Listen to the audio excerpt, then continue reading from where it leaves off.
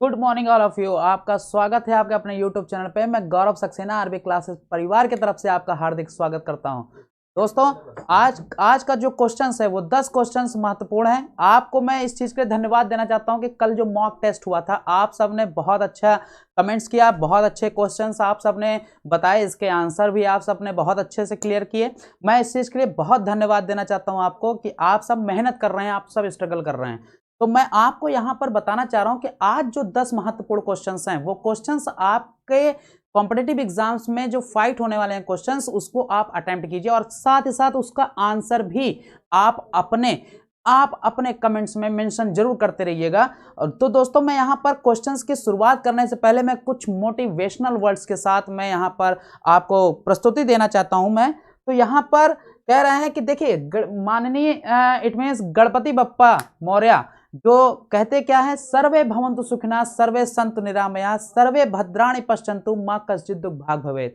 देखिए, मैं आपको यहाँ पर बताना चाह रहा हूँ कि सभी लोग खुश रहें, सभी लोग सुखी रहें, सभी आनंद में अपना जीवन जिएं, लेकिन साथ ही साथ वो आपको मैं और बताना चाह रहा हूं कि आप साथ ही साथ आनंद लेते हुए आनंद के साथ पढ़ते रहिए, आनंद के साथ आपका सिलेक्शन भी हो जाएगा, इसके तो मैं गारंटी आपको जरूर दूंगा। ठीक है दोस्तों, तो यहां पर कुछ मोटिवेशनल वर्ड्स के साथ मैं यहां पर शुरुआत कर रहा हूं कि आज का विचार क्या कहता है।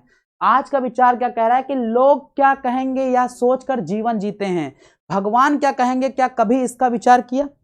देखिए, जब भी आप कोई भी पर्सन अगर आपको डिमोटिवेट करता है, अगर आपको कोई भी पर्सन डिमोटिवेट करता है तो उस पर ज्यादा ध्यान देने की जरूरत नहीं है, बल्कि वो आप क्या करिए, आप अपना काम करते रहिए, अपना काम निरंतर करते रहिए। देखिए, प्रयासरत निरंतर चलने वाला इंसान ही सक्सेस होता है, लेकिन जो निरंतर नहीं चलता है वही असफल होता है। लेकिन मैं आपको यहां पर बताना चाह रहा हूं कि निरंतर चलते रहिए, प्रयासरत रहिए, क्यों नहीं सफलता मिलेगी आपको सफलता क्यों नहीं मिलेगी?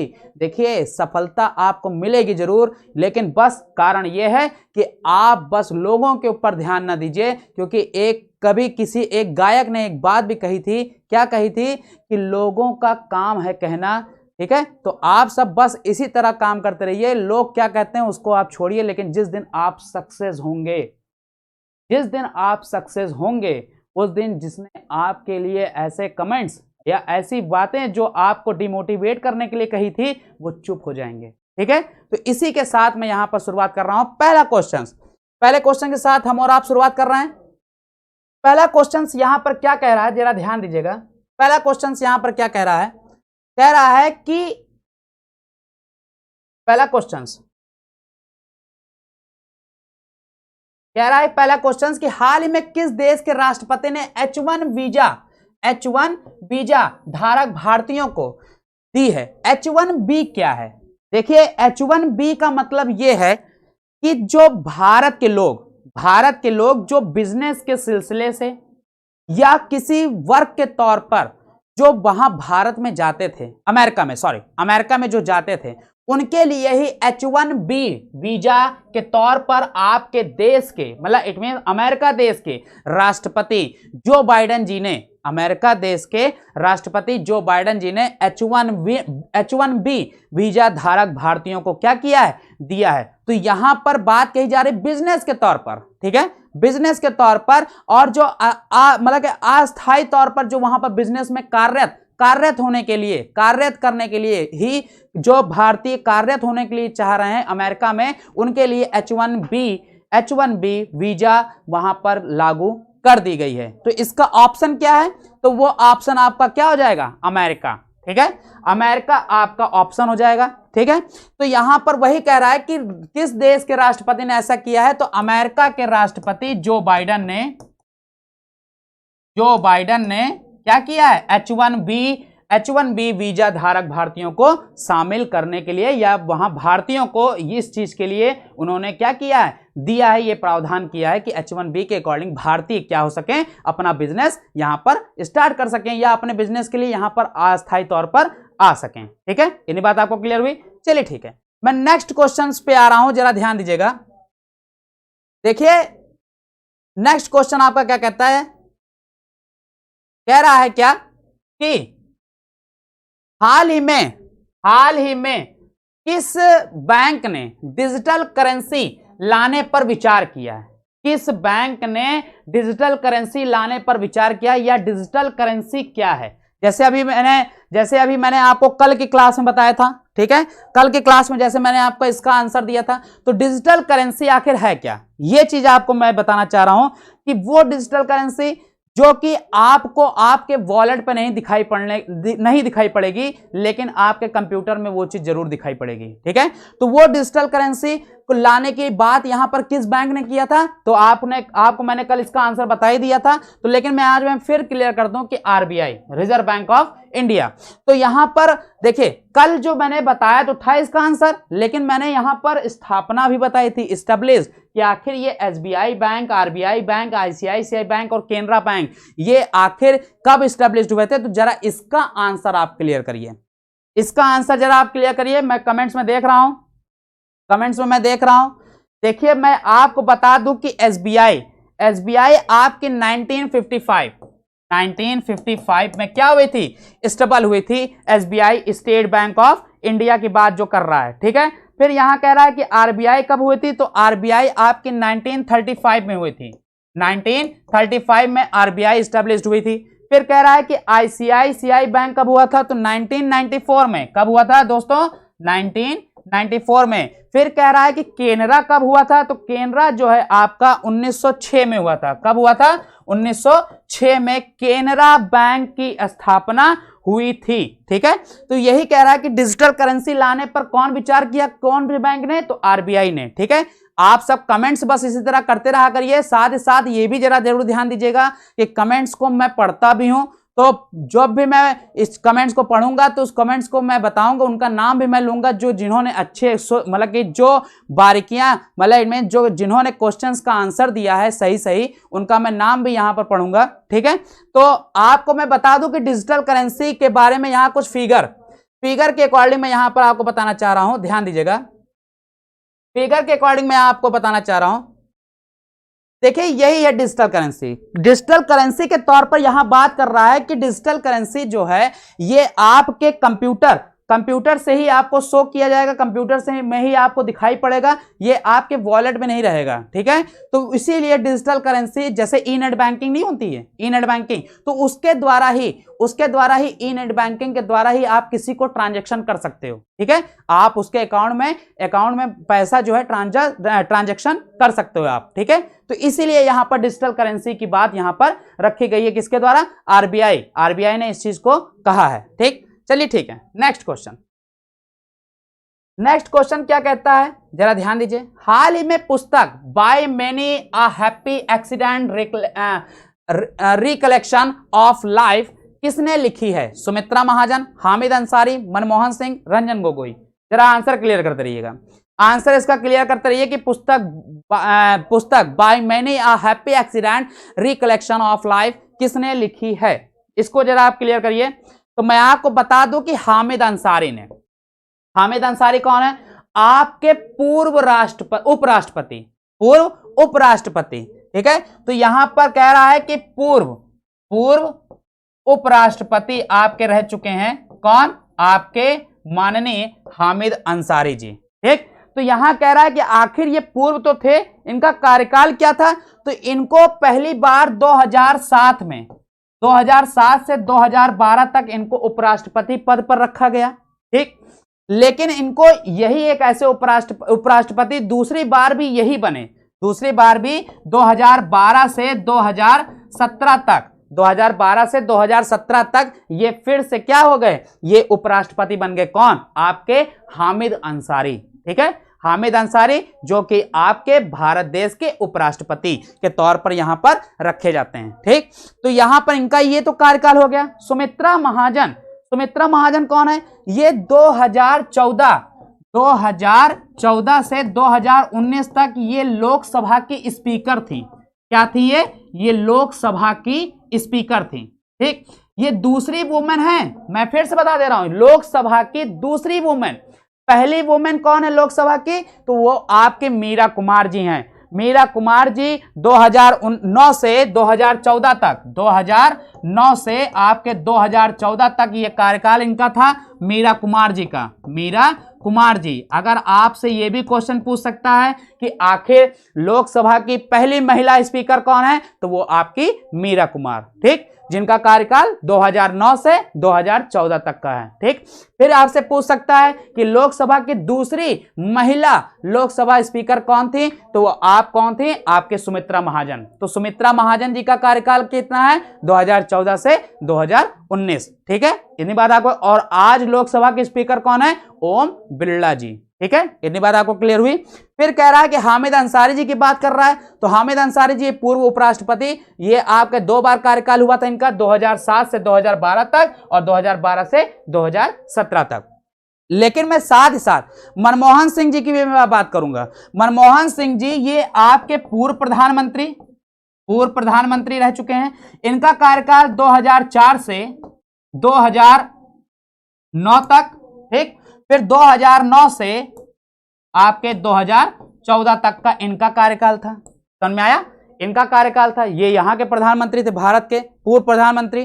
फिर कह रहा है कि रंजन गोगोई कौन थे, तो रंजन गोगोई जी को मैं आपको बता दूं कि ये 46वें मुख्य न्यायाधीश थे। ये क्या थे, ये 46वें CJI थे, चीफ जस्टिस ऑफ इंडिया, ठीक। इनको भी यहां पर रिटायरमेंट हो गया। और इन्होंने ही आपके 2019 में इन्होंने ही आपके 2019 में क्या किया था, अयोध्या मैटर को इन्होंने क्लियर करवाया, और प्लस अयोध्या मैटर को इन्होंने क्या किया था, क्लियर करवाया था, ठीक है। 5 खंडपीठ बैठी थी, ठीक है।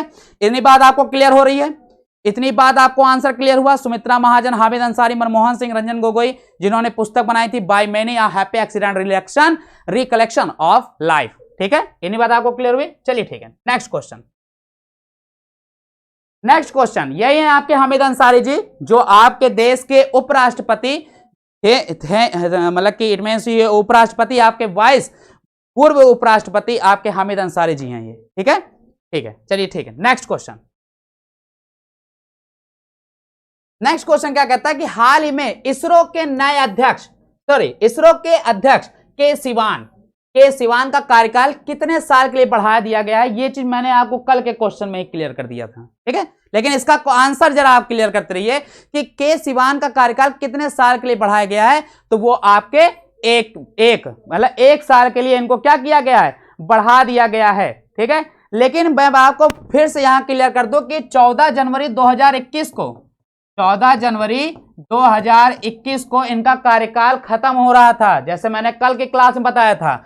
लेकिन अब इनको 1 साल के लिए बढ़ा दिया गया है, तो वो 14 जनवरी 2022 हो गया। अब ये 14 जनवरी 2022 को अध्यक्ष के सिवान का कार्यकाल क्या होगा, बढ़ा दिया गया 1 साल के लिए। और नियुक्ति इनकी 12 जनवरी 2015 को हुई थी, 12 जनवरी 2015 को इनकी नियुक्ति हुई थी, ठीक है, नियुक्ति हुई थी इनकी। इतनी बात आपको क्लियर हुई, इतनी बात आपको क्लियर हो रही है। चलिए ठीक है, तो के सिवान जी का कार्यकाल कितने साल के लिए बढ़ा दिया गया है, 1 साल के लिए बढ़ा दिया गया है, ठीक है। चलिए ठीक है, नेक्स्ट क्वेश्चन।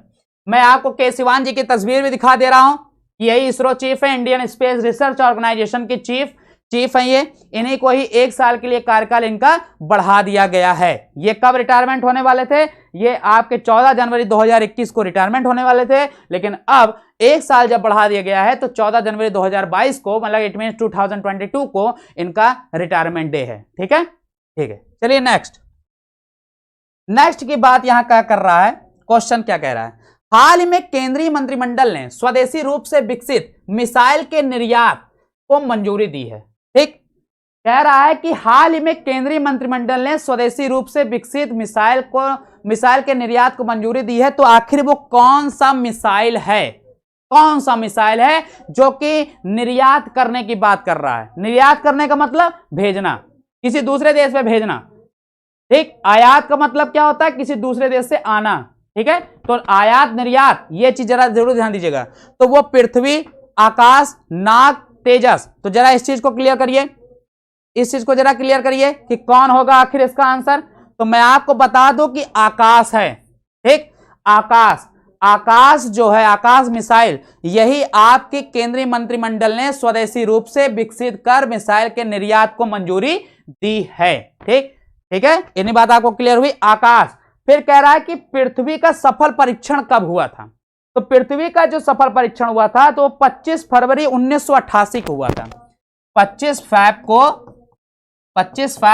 1988 को सफल परीक्षण हुआ था, तभी इसको क्या किया गया, भारत के मिसाइल के रूप में भारत में क्या किया गया, रखा गया। किसको, आपके पृथ्वी को। ठीक, पृथ्वी मिसाइल है। ठीक है, फिर कह रहा है कि आकाश की बात तो यहां पर मैं क्लियर कर दूं कि 1990 में पहला परीक्षण हुआ था। आकाश का 1990 में पहला परीक्षण हुआ था, परंतु लेकिन तथा क्या होता है कि 2007 में वायुसेना ने सबसे पहले इसको क्या किया था, इसको अपने दल में, मतलब इट मींस वायुसेना में इसको शामिल किया गया था। किसको, आकाश को। ठीक है, वायुसेना ने 2007 में क्या किया था, इसको शामिल कर लिया था अपने वायुसेना में। ठीक है, यानी बात क्लियर हो रही है। नाग की अगर मैं बात बताऊं तो अब इसको ध्रुवास्त्र के नाम से जाना जाता है। अब इसको ध्रुवास्त्र के नाम से जाना जाता है नाग को। ठीक है, तो नाग का अगर मान लीजिए पूछेगा कि नाग मिसाइल अब क्या बन गया, अब कौन सी मिसाइल के नाम से जाना जाता है, तो उसको ध्रुवास्त्र के नाम से जाना जाता है। तो कह रहा है कि नाग कब आया, नाग का सफल परीक्षण कब हुआ, तो ये 15 जुलाई को 2019, 15 जुलाई 2019 को इसका सफल परीक्षण किया गया। किसका, नाग का। ठीक है, 15 जुलाई 2019 को इसका सफल परीक्षण किया गया। तेजस की बात कर रहा है। तेजस जो है आपका 2001 में, तेजस आपका 2001 में सफल परीक्षण किया गया। क्या किया गया, सफल परीक्षण किया गया आपका सन 2001 में। ठीक है, तो ये कुछ मिसाइलों के बारे में, भारत के मिसाइल के बारे में बात यहां पर रखी गई। ठीक है, तो यहां पर वही चीज की बात बताई जा रही है कि क्वेश्चंस जो हैं आज मिसाइल के अंतर्गत के बारे में आपको क्लियर हो गया है, तो इसके बारे में सफल परीक्षण ही आपकी पूछी जाती है। पेपर में मिसाइल के बारे में पूछेगा तो मिसाइल के सफल परीक्षण कब हुआ था इसके बारे में भी आपसे पूछा जा सकता है, इसलिए मैंने ये क्वेश्चंस आज के रूप में रखा है, प्रस्तुत किया है। ठीक है, तो मैं नेक्स्ट क्वेश्चंस यहां पर मैं बात कर रहा हूं, ध्यान दीजिएगा। यही आपकी आकाश मिसाइल है। ठीक है, इसी का ही सफल परीक्षण यहां पर मतलब इट मींस कहा जा रहा है स्वदेशी रूप से विकसित करने के लिए मिसाइल को निर्यात करने की मंजूरी दी गई है आकाश को। ठीक है, चलिए ठीक है, next question it means 6 question आपका क्या कहता है, जरा ध्यान दीजिएगा। हाल ही में IAF ई गवर्नेंस या ई ऑफिस पोर्टल का उद्घाटन किसने किया? A option Rajnath Singh, B option Nitin Gadkari, C option RKS Bhadauria, D option Amit Shah. तो जरा इसका आंसर क्लियर करते रहिए। तो मैं आपको बता दूं कि RKS भदौरिया नहीं, IAF ई गवर्नेंस की यहां पर क्या किया गया है, उद्घाटन इन्होंने ही किया है। लेकिन मैं आपको बता दूं कि IAF का फुल फॉर्म क्या है, तो इंडियन एयर फोर्स। IAF का फुल फॉर्म क्या है, इंडियन एयर फोर्स। तो इसके ये क्या है बताइए, वायुसेना के अध्यक्ष हैं RKS भदौरिया जी। ये आपके वायुसेना के अध्यक्ष हैं, ये समझ में आया, वायुसेना के वायुसेना प्रमुख हैं ये आपके कौन, RKS भदौरिया जी। राजनाथ सिंह जी कौन है, राजनाथ सिंह जी आपके इस समय मौजूदा रक्षा मंत्री हैं। कौन है, आपके रक्षा मंत्री रखे गए हैं। ठीक, नितिन गडकरी की अगर बात करेगा तो नितिन गडकरी जी आपके सड़क परिवहन मंत्री हैं आपके। ठीक है, सड़क परिवहन मंत्री हैं, और साथ ही साथ इनको गंगा संरक्षण का भी मंत्री बनाया गया है, ठीक है। अमित शाह कौन है, अमित शाह जी आपके गृह मंत्री हैं, भारत देश के आपके गृह मंत्री हैं। ठीक है, तो IAF ई गवर्नेंस के पोर्टल का उद्घाटन किसने किया, तो RKS भदौरिया जी। RKS भदौरिया जी कौन है, वो आपके वायुसेना के चीफ हैं। ठीक है, इतनी बात आपको क्लियर हुई। चलिए ठीक है, मैं आपको तस्वीर के अकॉर्डिंग समझाना चाह रहा हूं कि आखिर RKS भदौरिया जी कौन है। तो ये है आपके एयर चीफ मार्शल। ठीक है, एयर चीफ मार्शल, यहां पर बात की जा रही है कि इन्हीं को ही, RKS भदौरिया जी ने ही यहां पर क्या किया, IAF ई गवर्नेंस पोर्टल का उद्घाटन किया है। ठीक है, चलिए ठीक है, नेक्स्ट क्वेश्चन। नेक्स्ट क्वेश्चन पे हम और आप आते हैं। यहां कह रहा है कि हाल ही में पी रवि कुमार को किस राज्य का मुख्य सचिव नियुक्त किया गया है। फिर से क्वेश्चन पे ध्यान दीजिएगा कि हाल ही में पी रवि कुमार को किस राज्य का मुख्य सचिव नियुक्त किया गया है। A option Maharashtra, B option Karnataka, C option Haryana और डी ऑप्शन राजस्थान। जरा इसका आंसर क्लियर करिए। तो मैं आपको बताना चाह रहा हूं कि कर्नाटक में ही P Ravi Kumar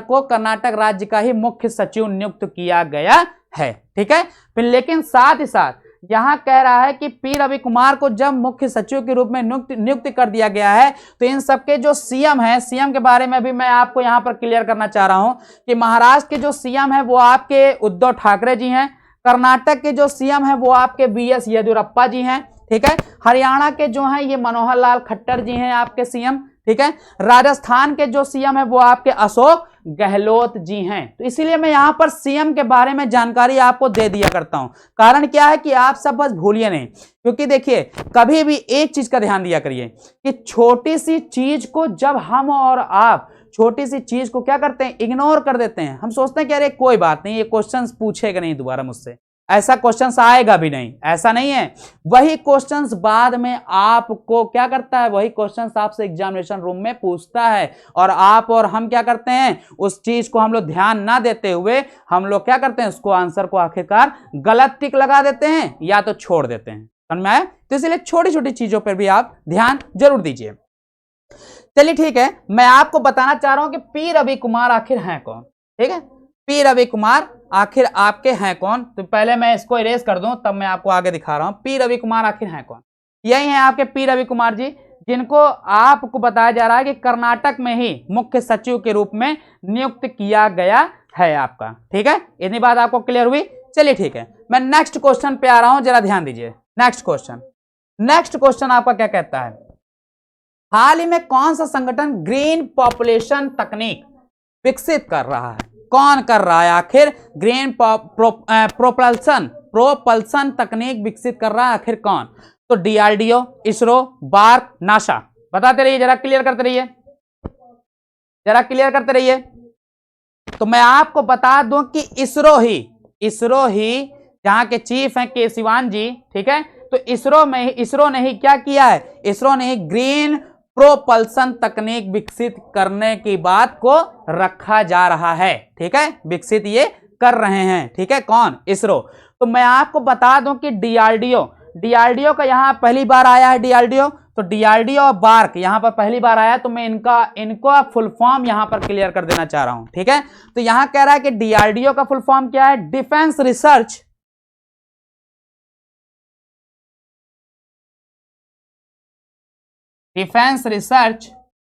and development organisation.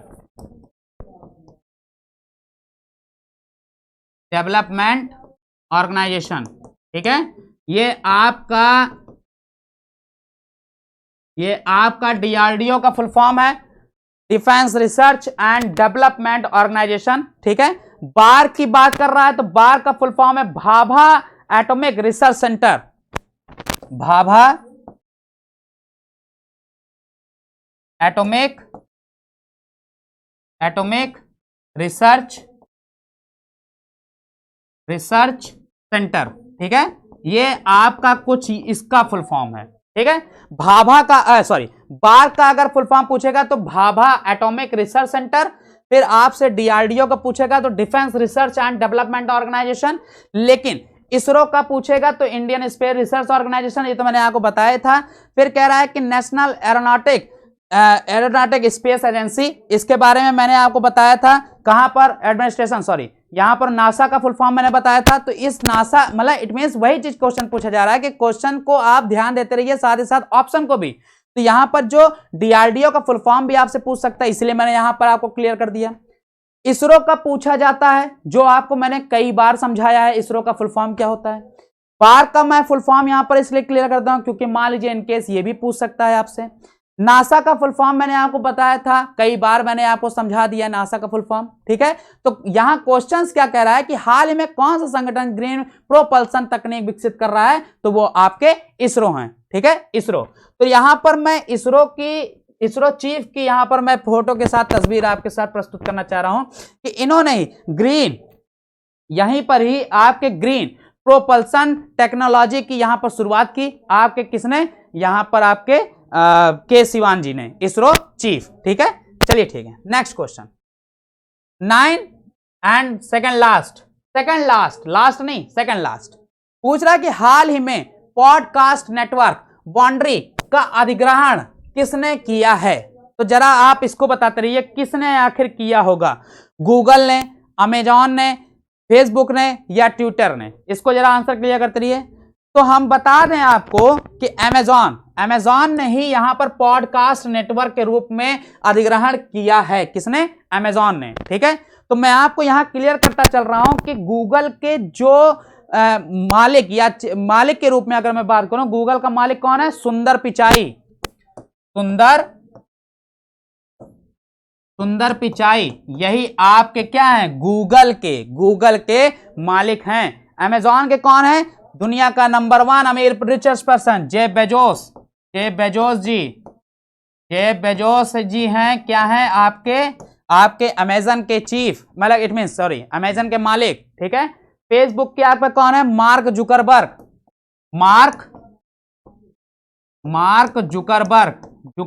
ये आपके क्या हैं, ये आपके फेसबुक के मालिक हैं, ठीक है।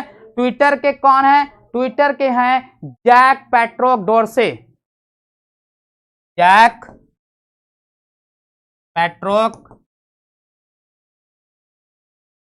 ठीक है। ये आपके कुछ नाम है, जैक पैट्रोक डोर्से, ठीक है। तो डोर्से जी, ये आगे मैं यहां डोर्से लगा दे रहा हूं। तो ये आपके कुछ ट्विटर के मालिक ये हैं, फेसबुक के मालिक ये हैं, अमेजॉन के मालिक ये हैं और गूगल के मालिक ये हैं। साथ ही साथ कह रहा है कि आखिर इसके अधिग्रहण किसने किया था, तो वो आपके अमेजन ने, ठीक है, अमेजॉन ने, ठीक है। चलिए ठीक है, नेक्स्ट क्वेश्चन पे हम और आप आते हैं। नेक्स्ट क्वेश्चन आपका क्या कहता है, ध्यान दीजिए, लास्ट क्वेश्चन कह रहा है कि हाल ही में भारत के 67वें ग्रैंड मास्टर कौन बने हैं, 67वें ग्रैंड मास्टर कौन है। अभी मैंने आपको कल के क्वेश्चन में ही मैंने आपको क्लियर कर दिया था, आखिर इसका आंसर कौन होगा। तो शांतनु नायडू, सुदीप खन्ना, लियोन मेंडोका, उपरोक्त 3 को स्थान दिया गया। तो आपको मैं बता दूं, ऑप्शन आपका क्या क्लियर होगा, लियोन मेंडोका। ये आपके देखिए, मैं आपको यहां पर तस्वीर के अकॉर्डिंग समझा दूंगा, लेकिन मैं शांतनु नायडू जी के बारे में बताना चाह रहा हूं कि ये टाटा में डिप्टी जनरल मैनेजर हैं। जैसे मैंने आपको कल ही बताया था, टाटा में ये क्या है, डिप्टी जनरल मैनेजर हैं, ठीक है, डिप्टी जनरल मैनेजर हैं, ठीक है, जिनको मैंने आपको बताया था कि ये गार्ड के रूप में काम किया करते थे टाटा कंपनी में। रतन टाटा जी ने फिर क्या किया, इनको देखा तो इनको क्या बना दिया गया, डिप्टी जनरल मैनेजर के रूप में इनको नियुक्ति दे दी गई। सुदीप खन्ना जी की अगर मैं बात करूं, तो सुदीप खन्ना जी वही डॉक्टर हैं, गैस्ट्रोएंट्रोलॉजिस्ट के, ये आपके कहां पर है, दिल्ली में, ये दिल्ली में ही क्या है, डॉक्टर हैं, गैस्ट्रोएंट्रोलॉजिस्ट में, ठीक है। तो यहां आपके क्लियर हो गया। लियोन मेंडोका कौन है, तो मेंडोका जी जो हैं यही हैं आपके 14 साल के, जिनको 14 वर्ष के हैं, जिनको 67वें ग्रैंड मास्टर के रूप में क्या किया गया है, नियुक्त किया गया है। तो इसका आंसर कुछ ये होगा, ठीक। तो मैं तस्वीर के अकॉर्डिंग समझाना चाह रहा हूं कि लियोन मेंडोका कौन है। तो जरा आंसर देखिएगा, ये हैं आपके लियोन मेंडोका जी, जो कि 14 वर्ष के हैं, जिनको 67वें ग्रैंड मास्टर के रूप में क्या किया गया है, देखा गया है, या इनको नियुक्त किया गया है, या इनको ये ग्रैंड मास्टर बने हैं, ठीक है, भारत के 67वें ग्रैंड मास्टर 14 वर्ष के बालक जो कि लियोन मेंडोका जी हैं, इनको जो है बनाया गया है, ठीक है, 67वें ग्रैंड मास्टर के रूप में भारत के, ठीक। तो दोस्तों आज के क्वेश्चन यहीं तक थे। मैं आशा करता हूं कि आपको क्वेश्चन समझ में आ रहे होंगे। कल के मॉक टेस्ट के बारे में भी मैं आपको बताना चाह रहा हूं, कल के मॉक टेस्ट भी शायद आई थिंक सो मैं इस चीज का अनुभव कर सकता हूं कि आपको समझ में आए होंगे, आज के क्वेश्चंस भी आपको समझ में आए होंगे। लेकिन मैं आपको यहां पर क्लियर कर देना चाह रहा हूं कि कल मंडे है, ठीक है, तो कल मंडे को मैं आपका पूरे मंथली का टेस्ट लूंगा, ठीक है। तो कल के लिए भी रेडी रहिएगा, कल मैं आपके लिए 50 क्वेश्चन के साथ मैं मंडे को, इट मींस कल मैं आपसे फिर 7 बजे मॉर्निंग में मुलाकात करूंगा। तब तक के लिए आप सब बस तैयार करिए, रिवीजन करते रहिए आंसर क्वेश्चंस को, जो भी क्वेश्चंस मैं यहां पर आपको अटेम्प्ट कराया हूं उस क्वेश्चंस को आप सब क्या करिए, रिवाइज करते रहिए, क्योंकि कल तक का ही, कल मॉर्निंग 7 o'clock तक का ही टाइम है आपके पास, और कल मैं आपसे क्वेश्चंस को पूछूंगा, उसका आंसर भी आपको बताना होगा। तो 50 क्वेश्चन के साथ मैं कल फिर से आपके सामने हाजिर होता हूं। तब तक के लिए बहुत बहुत धन्यवाद। Thank you.